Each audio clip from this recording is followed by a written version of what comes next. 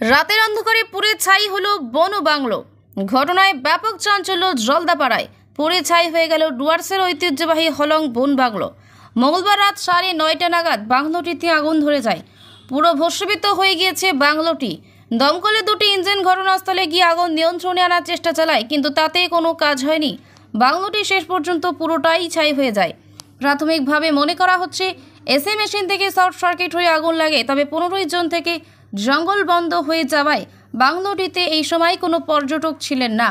উত্তরবঙ্গের মুখ্য বনপাল ভাস্কর জেপি সাথে আমাদের ফোন মারফত কথা হয়। তিনি যেমনটা জানান, আগুন লাগার কারণ খতিয়ে দেখা হচ্ছে। 1967 সালে মাদারিহাটে জলদাপাড়ার জঙ্গলের ভেতর বাংলোটি তৈরি হয়। বিভিন্ন বন্যজন্তু ও পাখিদের সান্নিধ্য ভোগ করার জন্য দেশ বিদেশের পর্যটকদের কাছে অত্যন্ত প্রিয় ছিল এই বন বাংলো। জঙ্গলের নিস্তব্ধতায় কিছুটা সময় কাটাতে প্রায় 57 বছর ধরে এই বাংলোটিতে অজস্র পর্যটক এসে থেকেছেন। এদিন আগুনে পুড়ে যাওয়ায় খবরে পর্যটন মহলের মন খারাপ।